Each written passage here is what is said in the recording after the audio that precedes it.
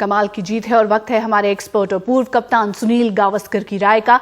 Sunny sir, Virat Kohli ने खुद कहा कि ये उनकी टीम की अब तक की सबसे अच्छी सीरीज जीत रही है। बड़ी बात यह है कि एक मैच से पिछड़ने के बाद 2-1 से सीरीज जीतना कमाल की अचीवमेंट रही है। हाँ बिल्कुल, इसके पहले शायद 2001 में जो श्रृंखला हुई थी जहां पे ऑस्ट्रेलिया ने पहली टेस्ट जीती थी मुंबई में, और उसके बाद में कलकत्ता और चेन्नई में दो टेस्ट मैच जीतकर उन्होंने श्रृंखला जीती थी।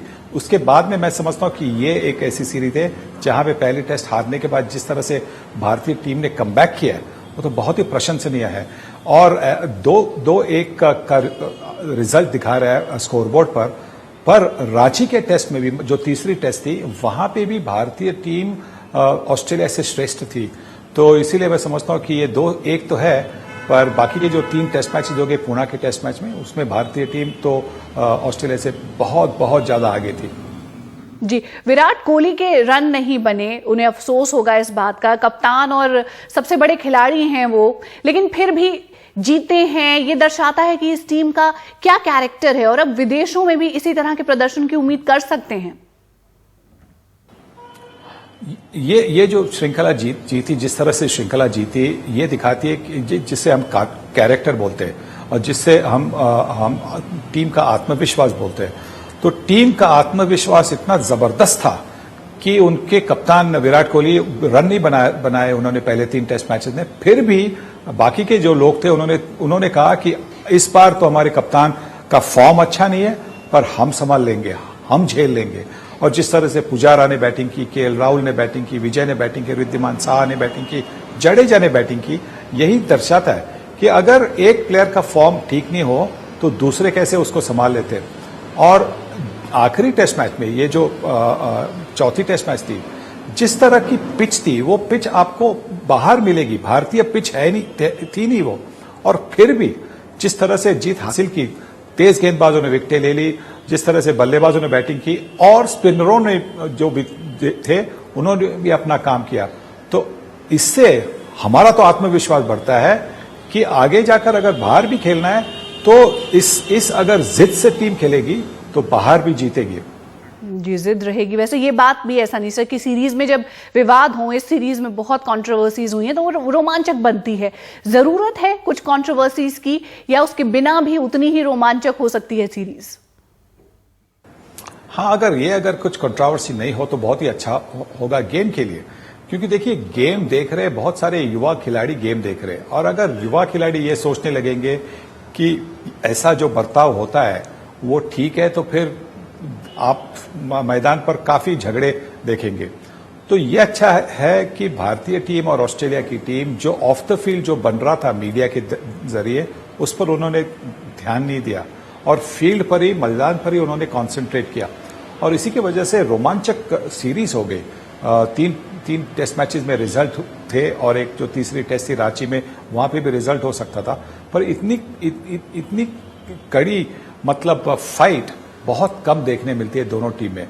और क्यों नहीं, क्योंकि एक टीम तो इंडिया की टीम नंबर 1 पर थी और ऑस्ट्रेलिया की टीम नंबर 2 पर थी, तो नंबर 1 और 2 का जब मुकाबला होता है तो कड़ा मुकाबला जरूर होता है। जी, ऐसे में सनी सर एक बात और ध्यान आती है कि विराट सीरीज में नहीं चले तो क्या बाकी विदेशी टीमें भी यही फॉर्मूला तो नहीं अपनाएंगी? कि ऐसा तो नहीं कि एक फॉर्मूला बन गया है, आप मीडिया से अपने दबाव डलवाओ और विराट कोहली दबाव में आ जाएंगे, रन नहीं बनाएंगे, ऐसा तो नहीं होगा?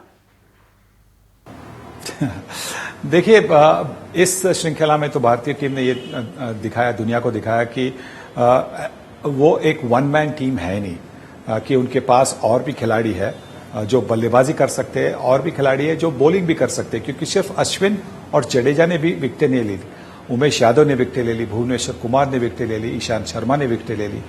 तो कभी भी ये जो खेल बनता है वो एक वन मैन टीम से कभी कोई टीम जीत नहीं पाती। हाँ, एक बंदा बहुत अच्छा कर सकता है, पर वो भी करता है तो उसके साथ में कोई ना कोई होता है। अगर किसी ने दोहरा शतक किया है तो दूसरा बंदा होगा, वो तो उसने 100-150 रन किए होंगे। तो ये तो होता रहता है। और मैं समझता हूं कि जो मीडिया के, ऑस्ट्रेलियन मीडिया की जो बातें चल रही थी, तो ये गलती हमारी मीडिया की है, क्योंकि ऑस्ट्रेलिया मीडिया में जो भी आता है वो हमें कैसे पता चलता है अगर हमारी मीडिया उसको हाईलाइट नहीं करती। तो हमारी मीडिया जब ओवरसीज के लोगों की बातों को हाईलाइट नहीं करेगी तभी तो सीरीज आसानी से निकल सकती है। पर हमारा जो कॉम्प्लेक्स है, फॉरेन कॉम्प्लेक्स है, वो 70 साल हो गए इंडिपेंडेंस मिलके, फिर भी वो फॉरेन कॉम्प्लेक्स तो हमारा गया है नहीं। तो उसके लिए हम क्या कर सकते हैं, कब जाएगा, यही है।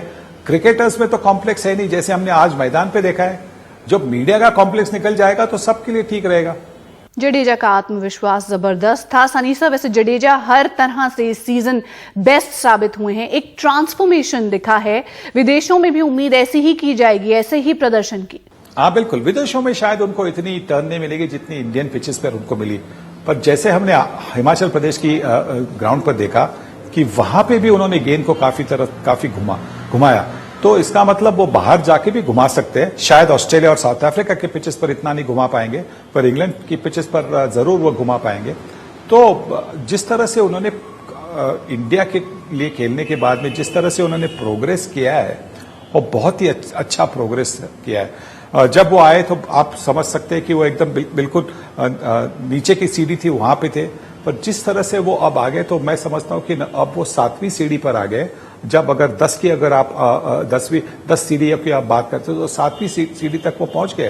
तो मतलब और भी उनको आगे जाना है, और खास करके उनकी बल्लेबाजी जब वो 100 रन बनाएंगे, शतक बनाएंगे, तो वो सही माने बड़े ऑलराउंडर बनेंगे।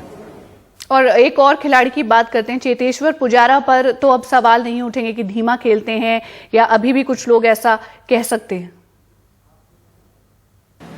देखिए आपकी जो 10 उंगलियां वो तो एक समान नहीं होती, तो ये हमेशा रहेगा। ये दुनिया का ही एक रिवाज है कि दुनिया में कुछ लोग होंगे वो जो आप कुछ भी करें उस पर उसका कुछ बुरा दिखाएंगे, और दूसरे भी ऐसे लोग होंगे जो आप बुरा करेंगे फिर भी कहेंगे आपने अच्छा किया। तो पुजारा कुछ भी करे तो वहां पे कुछ ना कुछ लोग होंगे, बोलेंगे उन्होंने इतनी आक्रामक का खेलना था, ऐसा नहीं किया, वैसा नहीं किया। बोलने वाले तो बहुत होंगे, पर उनकी जो कंसंट्रेशन बनती है, जिस तरह से वो पहचानते हैं कि सिचुएशन कैसी है और उस तरह से वो बल्लेबाजी करते हैं। देखिए उन्होंने इतने सारे रन बनाए। रांची में अगर उन्होंने दोहरा शतक नहीं लगाया होता तो भारतीय टीम मुश्किल में खड़ी हो जाती। पर यही तो है कि वो जानते हैं टीम प्लेयर है, इस टीम में सारे 11 के 11 प्लेयर है, वो बिल्कुल टीम प्लेयर्स है। और इसलिए भारतीय टीम ने ना सिर्फ इस श्रृंखला जीती है, उसके पहले वाली इंग्लैंड के खिलाफ और न्यूजीलैंड के खिलाफ भी श्रृंखला जीती है। जी, चाहे जो भी हो, जीत तो टीम की है। जी, नंबर 1 है टीम सनी सर। भारत लगातार 7 सीरीज जीती है, लेकिन फिर भी आपकी एक्सपर्ट एडवाइस क्या कहती है? क्या अभी भी टीम इंडिया सुधार कर सकती है? जी हाँ, पहले सर्वप्रथम तो उनकी slip catching, close in catching, उसमें सुधार की बहुत जरूरत है, क्योंकि हमने देखे कि काफी कैचेस स्लिप में से निकल गए हैं। तो वो वहां पे उनको ध्यान देना होगा आगे की श्रृंखला के लिए, क्योंकि कभी कभी ऐसा होता है कि आप जिसको जीवदान देते हैं वो जाके आगे जाके 100-150 रन बनाते हैं, जैसे स्टीव स्मिथ ने बनाया पूना की दूसरी पारी में। अगर स्टीव स्मिथ को जल्दी आउट लेते तो शायद ये जो कहानी है वो कहानी का अंत कुछ अलग ही होता। तो ये जरूरी है कि जो हमारी क्लोज इन कैचिंग है, slip catching, close in catching, उसको थोड़ी मजबूत करनी चाहिए।